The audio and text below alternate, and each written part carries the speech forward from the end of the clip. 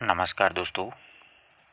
इस वीडियो में हम कक्षा 8 की आगे के जो 4 पाठ हैं उनका अध्ययन करेंगे। 9 से लेकर के 12 तक समकालीन भारतीय समाज, ये पहला मतलब 9वां पाठ है कक्षा 8 का। देखिए, 2011 की जनगणना के अनुसार राजस्थान का लिंगानुपात कितना था? तो देखिए 928 था लिंगानुपात। 2011 की जनगणना के अनुसार भारत का लिंगानुपात कितना था? ये 943 था। अब देखिए, ये दो अलग अलग विषय हैं। एक तो होती है जनगणना और एक होती है जनसंख्या। तो जनगणना है संघ सूची का विषय, जबकि जनसंख्या है वो समवर्ती सूची का विषय है। ध्यान रखिएगा इस बात का। जनसंख्या समवर्ती सूची में आएगी और जनगणना अगर परीक्षा में पूछ ले तो वो संघ सूची में आएगी। इन दोनों बातों का बहुत ही ध्यान रखना आवश्यक है। तो भारत का लिंगानुपात 943 है और राजस्थान का 928 है। आगे देखिए, किसी वस्तु का एक उत्पादक के रूप में रूपांतरण करना ऐसी सेवा या फिर क्रियाकलाप जिसका आर्थिक मूल्य हो और जिसका बाजार में हो, उसे वो व्यापार हो सकता है। यानी क्या कहलाएगा? वो बाजारीकरण कहलाएगा। ऐसा व्यापार क्या कहलाता है? बाजारीकरण। जिस वस्तु का अपन उत्पादन करके मार्केट में उसको बेचते हैं, तो बाजारीकरण।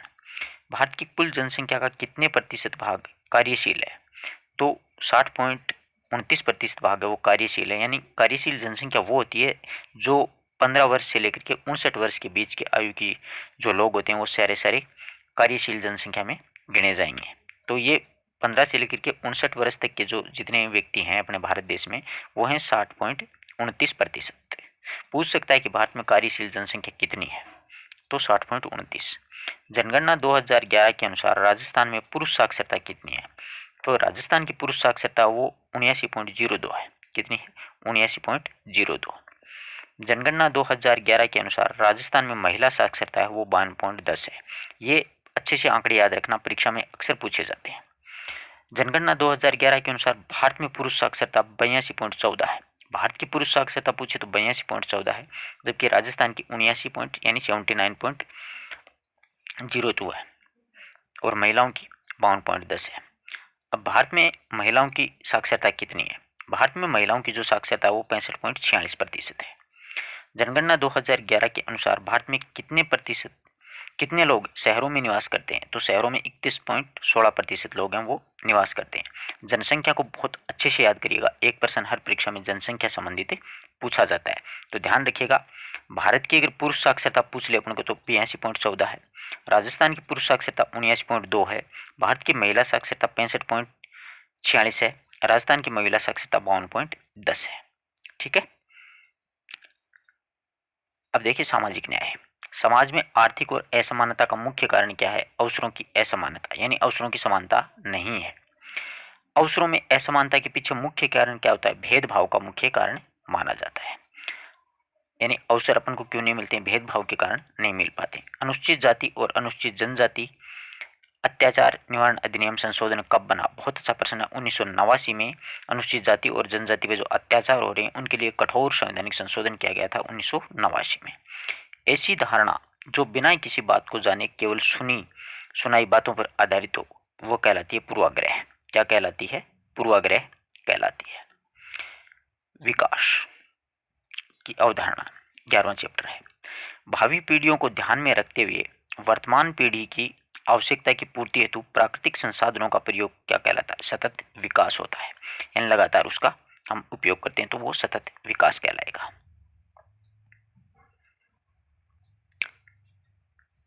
किसी देश के नागरिकों की औसत आयु क्या कहलाती है? यह जीवन प्रत्याशा कहलाएगी। किसी देश के नागरिकों की औसत जो आयु होगी वो जीवन प्रत्याशा। राष्ट्रीय आय में देश की जनसंख्या का भाग देने से ज्ञात की गई आय क्या कहलाएगी? ये प्रति व्यक्ति आय, यानी प्रत्येक व्यक्ति की आय कैसे निकलती है? राष्ट्रीय आय में देश की जो जनसंख्या होगी उनका अपना भाग देंगे तो उसके बदले में क्या निकलेगा? प्रति व्यक्ति आय निकलेगी। वार्षिक मानव विकास सूचकांक के आधार पर मानव विकास रिपोर्ट कौन जारी करता है? संयुक्त राष्ट्र कार्यक्रम यानी यूएनडीपी। यूएनडीपी 1990 से लगातार वही है, वो मानव विकास सूचकांक का निर्धारण करता है। हमारा संविधान, अगला चैप्टर है हमारा संविधान।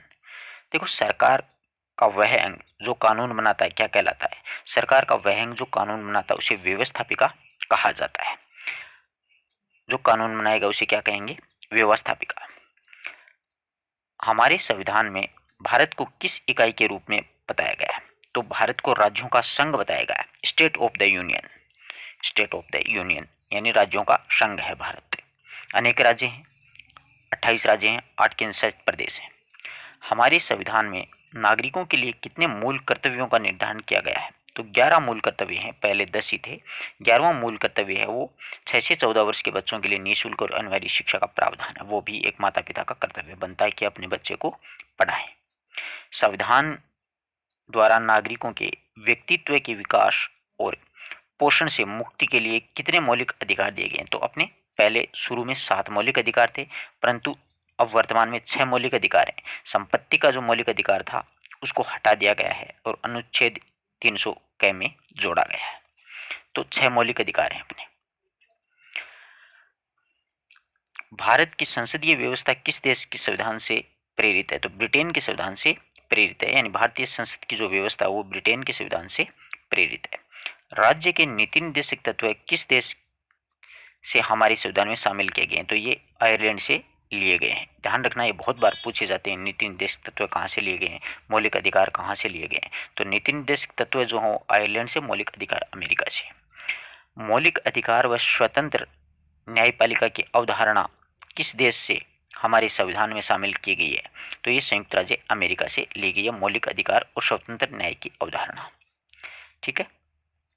संविधान में संशोधन की प्रक्रिया अफ्रीका से ली गई है। आगे देखिए, संविधान का सार किसे कहते हैं?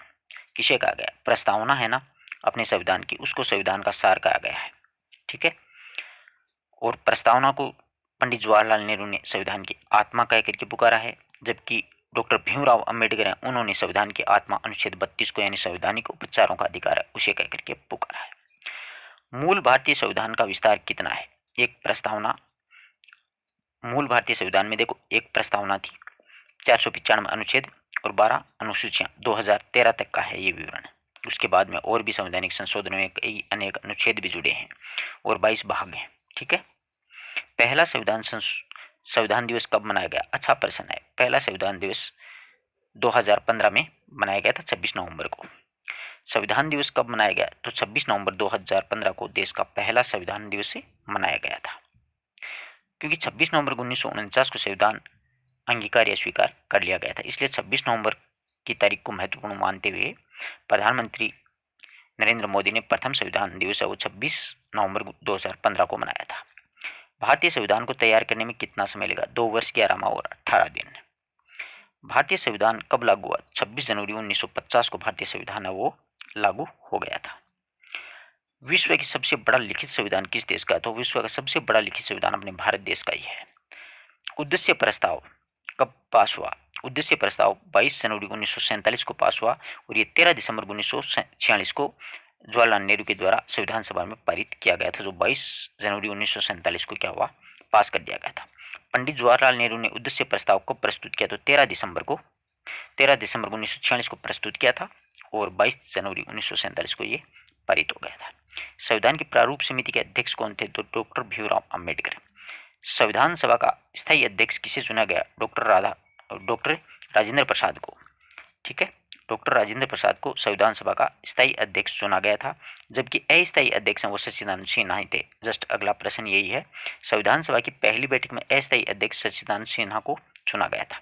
ये प्रश्न बहुत बार परीक्षाओं में पूछे गए मित्रों, आगे भी यही प्रश्न पूछे जा रहे हैं। संविधान सभा की पहली बैठक 9 दिसंबर 1946 को हुई थी, दूसरी 11 दिसंबर को, तीसरी 13 दिसंबर 1946 को हुई थी। राजस्थान के कितने सदस्य संविधान सभा में शामिल हुए थे? 14 सदस्य शामिल हुए थे। ध्यान रखना, बहुत अच्छा प्रश्न है राजस्थान की राजनीति विज्ञान की दृष्टि से। भारत का राजनीतिक भविष्य भारतीय स्वयं बनाएंगे, यह कथन महात्मा गांधी का है। किसका है? महात्मा गांधी का है। अच्छा कथन है, पूछा जाने योग्य कथन है। किस देश का संविधान अलिखित है? तो ब्रिटेन का संविधान अलिखित है। संविधान कितने प्रकार का हो सकता है? संविधान 2 प्रकार का, लिखित और अलिखित। ठीक है। जैसे भारत अमेरिका उनका लिखित संविधान है, जबकि ब्रिटेन का अलिखित संविधान है। किस राज्य में शासन व्यक्ति एवं उनके आपसी संबंधों को निर्देशित करने वाले नियम और कानूनों का संग्रह क्या कहलाता? वो संविधान कहलाता है। यानी किसी राज्य में शासन व्यक्ति एवं उनके आपसी जो संबंध है उनको निर्देशित करने वाले नियम और जो कानूनों का संग्रहण होता है उसे ही क्या कहते हैं अपन? संविधान। आशा करता हूं कि आपको चारों चैप्टर बिल्कुल आराम से समझ में आए होंगे। अगर किसी विद्यार्थी किसी प्रकार की कोई शंका हो तो आप लोग कमेंट बॉक्स में ज़रूर लिख सकते हैं। एक ही गुजारिश, आप अपने मित्रों तक ज़्यादा से ज़्यादा शेयर करें। धन्यवाद दोस्तों। अगले 4 चैप्टरों की चर्चा अपन अगले वीडियो में करेंगे।